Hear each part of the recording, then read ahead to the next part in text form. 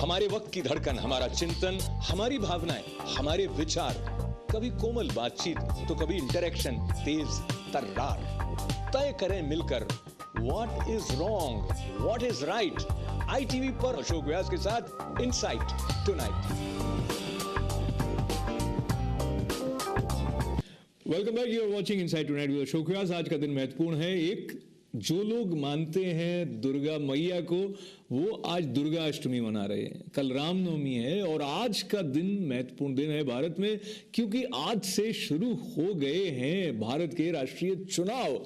और आज कुछ समय पहले ही घोषित हुआ भारतीय जनता पार्टी का चुनावी घोषणा पत्र। Now what is it that lies in this election manifesto of BJP and how, what kind of reaction is coming from different sources to what has been the declared vision of Bharatiya Janata Party. While I have in studio with me Kiran Kumar ji. Now Kiran ji will be joining via Skype Sudhir Bisht, who is a journalist and author, and I'll be talking to him about BJP's election manifesto. So let us move towards Sudhir Bisht. Sudhirji, this has been a long-awaited BJP's manifesto, and amongst many things that one notices in this manifesto, they are bringing a new perspective in terms of connecting the welfare programs with asset creation. You want to elaborate a little bit more on that? Absolutely, and I would like to compliment you for having observed this point. Actually, not many people have noticed this point. What has happened is, in the name of welfare, there have been a lot of schemes in which millions and millions of, rather billions of rupees are being spent, and this is just for the sake of giving guaranteed employment for 100 days, which actually is only 42 days as we read the statistics. So, in the garb of giving people employment, some activities are being taken, especially at the village level or at the block level, which is not necessarily leading to an asset creation. So what BJP is talking about, any activity in which the government money is spent must lead to some kind of an asset creation. It could be, to elaborate it further, because we asked this question, and so to elaborate it further, if you want to build a fish pond, it will, in a village, it will lead to an asset creation in that village. So this is what it is talking about, although not many people have observed this salient point. For example, it is also talking about in a time-bound manner that in 10 years there will be at least a low-cost housing for all the families in India. Nobody has been so bold enough to set a timeline, to set a time target as to when will it achieve the objective. The BJP manifesto, and please mind you, this is a BJP manifesto. This is not a NDA manifesto, as some people would like to believe. So there are a lot of things which may appear controversial, but they are not, because it's a BJP manifesto. BJP is talking of creating 100 new cities, rather smart cities.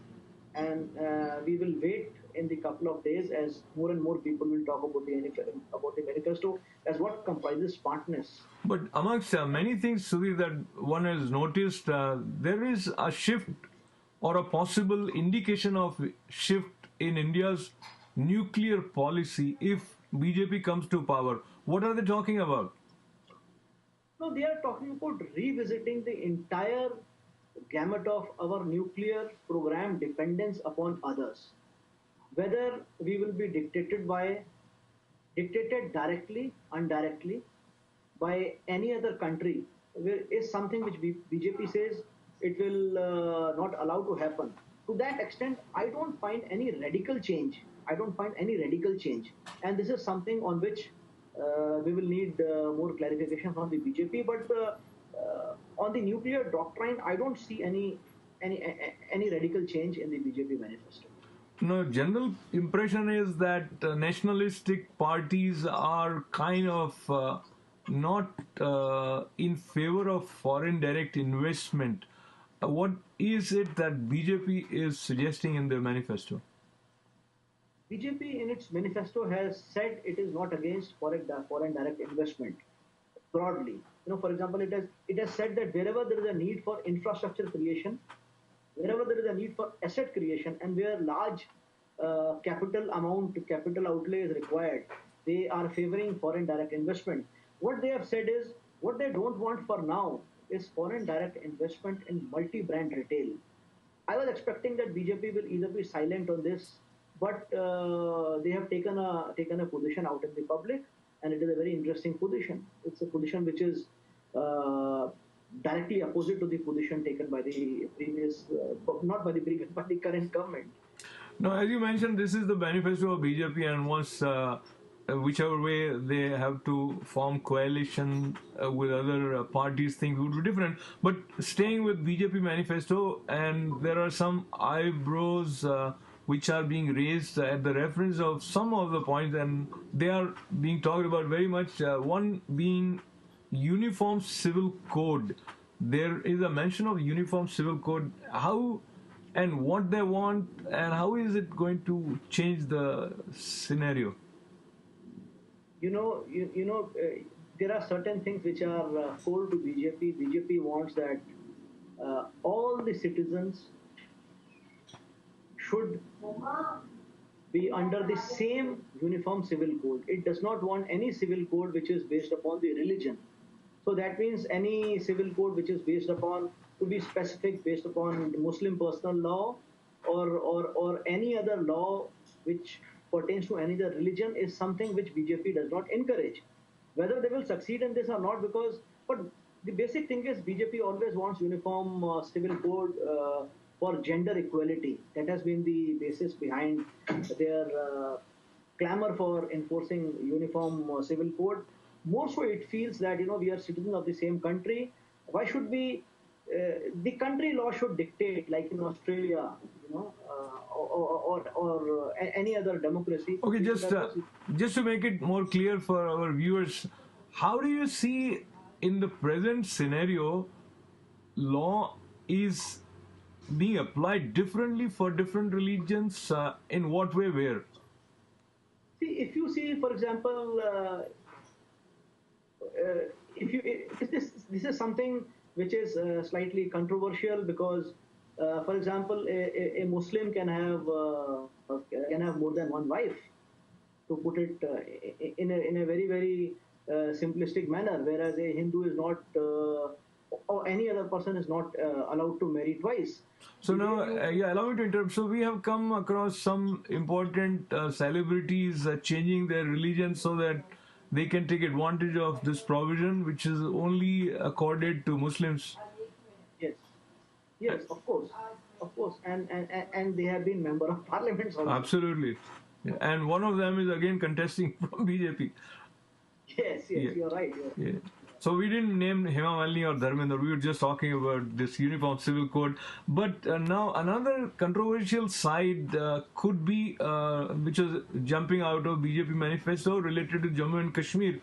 They are talking something about Article 370, and we have heard earlier from some leaders from Jammu and Kashmir that they would die if there is any change is offered or implemented. Fortunately or unfortunately, people who say they will die for a cause, they seldom die, which is very nice. But if you think, it goes back to the days, early 50s of Dr. Shama Prasad Mukherjee. Dr. Shama Prasad Mukherjee died in Jammu. In Jammu, he died, and his personal secretary used to be Mr. Atal Bihari Vajpayee. During those days, to enter Jammu and Kashmir, you needed a permit. And Shama Prasad Mukherjee declared in the parliament that he will enter Jammu and Kashmir without taking a permit. And he entered that, and he told young Vajpayee, please go back and announce, because there was no social media, no Twitter then. He said, go and announce that I have entered Jammu and Kashmir without a permit. And Shama Prasad Mukherjee was sent to jail, and he died in the jail mysteriously. So there is actually one man who has died for abrogation of, because he used to say, "Ek desh, do nishan, do pradhan." Nahi chalenge. He was referring to the chief minister of Jammu and Kashmir, used to be called the prime minister then, or I don't know the exact, whether it was Sadr Riyasat or something, and it used to have a different symbol. They had a different emblem. But what is Article 370? Article 370 is enshrined in the Constitution of India because it gives certain exclusive rights to the state of Jammu and Kashmir. And this was something because when they decided to merge with India, this was a kind of a it was a kind of a leeway or kind of a advantage given to them that except defense, communication, and perhaps foreign exchange, all the laws for making any law which will pertain, which will apply in Jammu and Kashmir, the central government will have to take the concurrence of the state government. For example, laws pertaining to the property laws. Nobody outside of Jammu and Kashmir can go and buy property there. So this is something which BJP is not saying it today. They have been fighting this since the days of Bharatiya Jansan. We had illustrious people like Dr. Shama Prasad Mukherjee, Balraj Madhok. Many people who have gone to jail Okay, several times. let me interrupt you. In general, growing up in India, how do you see people who are away from Jammu and Kashmir, Indians, how do they look at Article 370? Do they follow the line of thinking which BJP manifesto is referring to, or they are indifferent to it? Most people who are well read, Jammu and Kashmir is a very beautiful piece of land. It's endowed with natural beauty, and but to maintain the fact that nobody who's not a resident of Jammu and who does not belong to Jammu and Kashmir cannot buy a piece of land, there is something which to me looks very absurd. I'm not going to a foreign country to retire. So I'm talking of, can I buy a plot of land in my own country? Can I build a small house there and live there?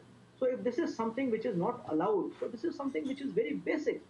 So while we are, sorry to interrupt, but while we are talking about Jammu and Kashmir, I think BJP manifesto also mentioned something about rehabilitation of Kashmiri Pandits. The rehabilitation of Kashmiri Pandit is something which should be demanded not only by BJP, it should be demanded by every countryman. Close to 50 million. It can't be 50 million. Close to 5 million people have been displaced. Families have been displaced of Kashmiri Pandits from their homeland, and they are residing on the periphery of various cities, and they are living the life of a refugee in their own country. So BJP has always been demanding it, but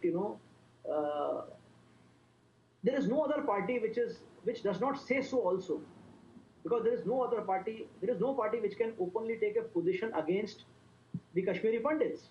But the very fact is that Kashmiri Pandits don't present themselves as a formidable voting bloc. They are largely ignored. I just find there is an area which demands comparison. So when we talk about the plight of people who suffered in Gujarat, a whole world is talking about it. But when you refer to the plight of Kashmiri Pandits, we have not heard that loudly this being discussed even in India.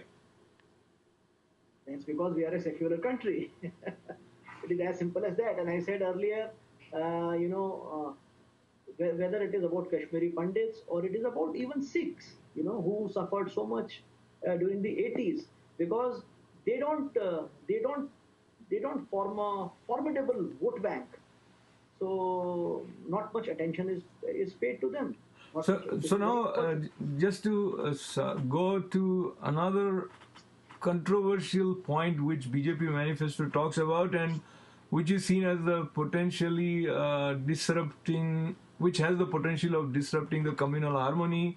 There is a reference of Ram Janma Bhoomi again in BJP manifesto, though last time around they really kept it in the cold storage. And what are they saying this time around, and how do you see this leading? See, there are some issues about which if BJP does not mention those issues, it is damned.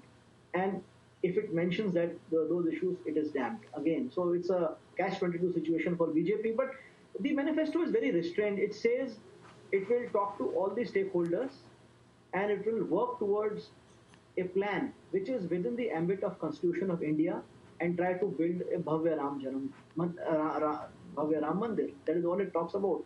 It does not talk about forcibly taking the land or not abiding to the decision which will be taken by the Honorable Supreme Court. It just says, it's a reference it makes. And it has been making it all the time, but it is for the political parties to single this out and create a lot of hype and hoopla around it. That is how it is. Yeah, so once again, BJP manifesto, 52 pages. Now, maybe we don't have enough time to analyze it.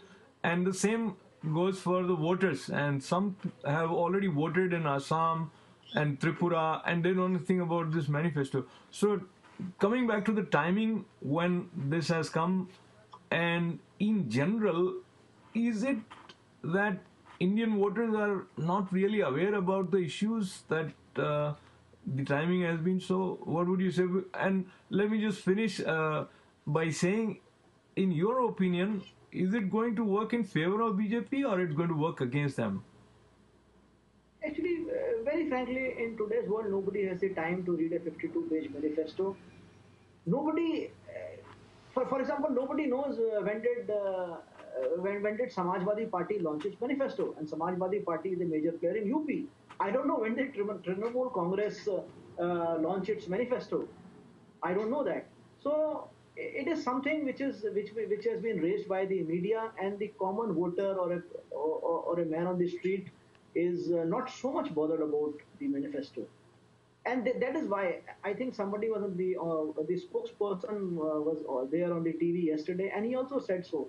Manifesto is something which has been already talked about. It is just a book which compiles your basic philosophy, and it is unveiled. Manifesto.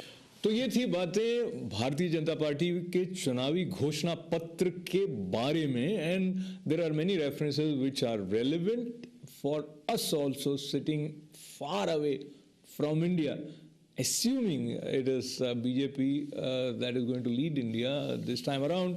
There are references of foreign direct investment also, and there were some references related to how BJP looks at the nuclear power, but more or less economic areas are probably going to be addressed in a similar fashion.